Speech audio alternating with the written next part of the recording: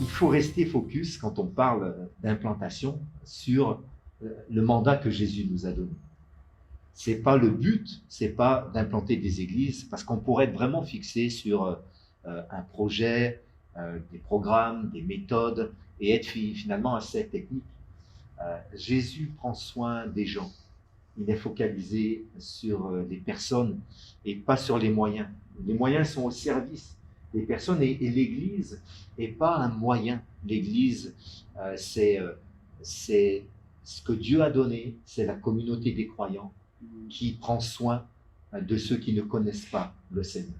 En annonçant l'Évangile, en les recevant avec tous leurs besoins et en priant, en les enseignant, en les baptisant et en leur apprenant à être des disciples. Ça, c'est le mandat du Seigneur. Donc, pour être tout à fait honnête avec la parole de Dieu, bien sûr, non, Jésus ne nous a pas dit d'aller implanter des églises.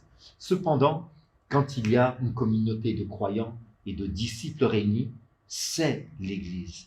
Et cette communauté qui est l'Église, c'est le meilleur moyen aujourd'hui encore de répandre l'Évangile de Jésus-Christ. C'est-à-dire qu'on pourrait avoir même les plus grands évangélistes, comme on en a eu dans l'histoire de l'Église, on pourrait avoir les meilleures méthodes et les meilleurs moyens techniques comme on a aujourd'hui avec la diffusion de l'Évangile sur les réseaux, sur les médias, et c'est ok, c'est top tout ça. Mais l'Église, c'est le projet de Dieu, parce que c'est la communauté des croyants, encore une fois, qui prend soin de ceux qui sont dans le besoin et qui ont surtout besoin, sans le savoir, du Seigneur Jésus. Justement, moi, ça me touche parce que finalement, tu es en train de parler de relation. Et l'enjeu, c'est la relation.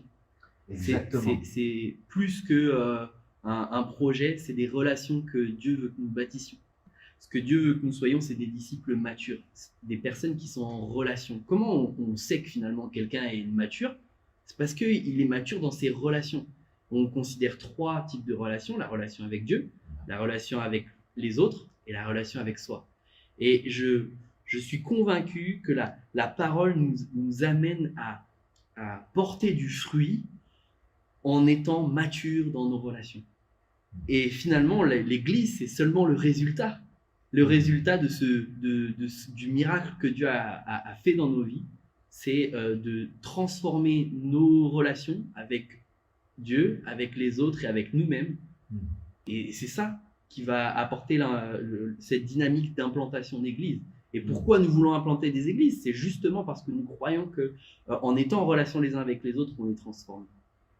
Des relations saines. Qu'est-ce qui va nous motiver à vivre cet appel, ce mandat de Dieu? C'est l'amour de Christ qui nous presse. Parce que je suis en relation avec le Seigneur. Je suis pressé par l'amour de Dieu et je vais aimer les autres et je vais amener cette vie autour de moi qui va faire que des églises vont germer. Alors justement, en France, là, parce qu'on veut implanter, on a à cœur l'implantation des églises en France, est-ce que tu pourrais nous expliquer un peu le contexte français? Est-ce qu'on a besoin d'implanter des églises en France, vu le monde qu'on a? Il y a actuellement, toute dénomination évangélique confondue, une église pour plus de 30 000 habitants. C'est pas beaucoup, hein. Ce qui est très, très peu au final. Imaginez que une communauté ait pour mission de prêcher 30 000 fois individuellement en contact au 1 à 1 avec 30 000 personnes, c'est énorme. Donc, il nous faut multiplier ce nombre d'églises. Et il y a tellement de zones géographiques non atteintes en France. Il y a des endroits déserts. Moi, personnellement, je suis en Picardie, à Amiens. Amiens, c'est une ville assez importante, c'est universitaire. Il y a plusieurs églises, c'est super. Mais on a ouvert depuis peu, à 30 km au sud d'Amiens, dans une petite bourgade, une petite ville isolée où il n'y avait aucun témoignage de l'évangile. Et il y a tellement d'endroits en France comme ceci. Mais ça, c'est les endroits géographiques. Il y a également des couches de population qui sont non atteintes, qui ne sont pas des zones géographiques. Ça peut être les migrants, ça peut être les étudiants, ça peut être les personnes dans les EHPAD, les personnes âgées, ça peut être le personnel hospitalier, le monde des affaires. Il y a tellement comme ça de de types de populations qu'on peut atteindre par l'évangile et qu'on peut retrouver par leur spécificité, quelle qu'elle soit. D'ailleurs, dans ce que tu évoques, ça me fait penser à ce paradoxe qu'on a dans notre monde moderne, hyper connecté. C'est d'un côté, on est hyper connecté parce qu'on a tous les outils pour être connecté, et pourtant, on n'a jamais eu autant de personnes isolées qui sont séparées les uns des autres.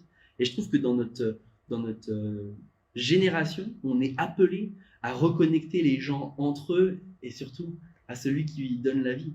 Et c'est tellement important finalement de se rendre compte qu'on a des couches de population, des types de personnes qui seront jamais en relation avec des églises qu'on pourrait dire traditionnelles dans la population qu'elle a.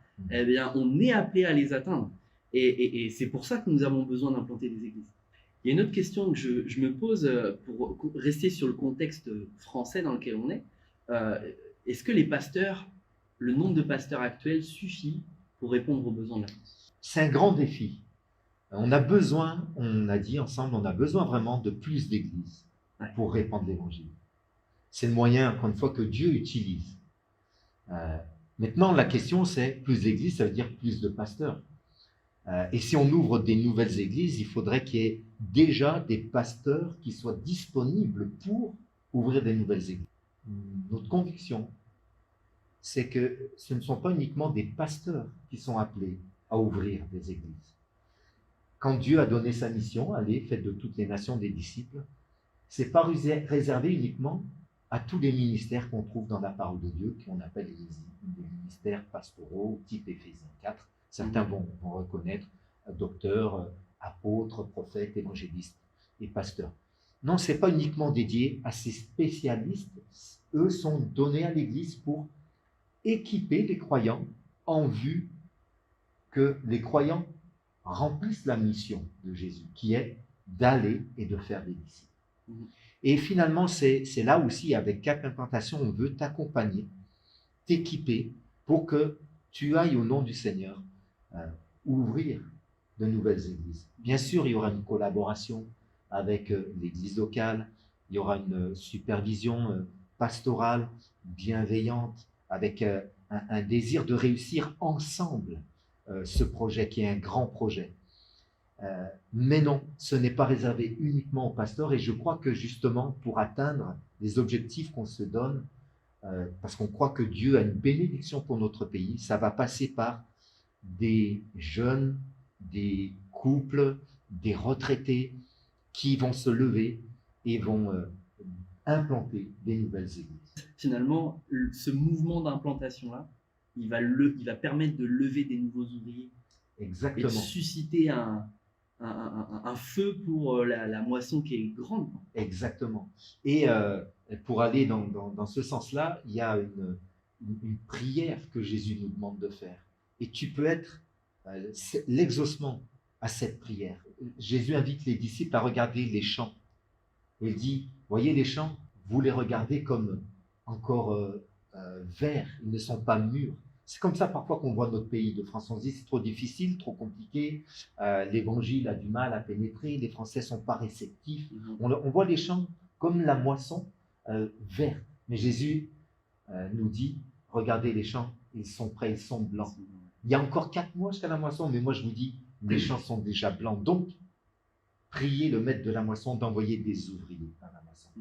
Et ces ouvriers, c'est toi, c'est moi. Ça peut être un pasteur évidemment, mais ça peut être toi également. Et on remarque aussi que les nouvelles églises ont cette faculté d'atteindre de nouvelles personnes. La fraîcheur dans la manière de vivre le culte, dans la manière d'atteindre les personnes, fait que ces nouvelles églises vont atteindre les nouvelles personnes. Et je crois que c'est une grande richesse.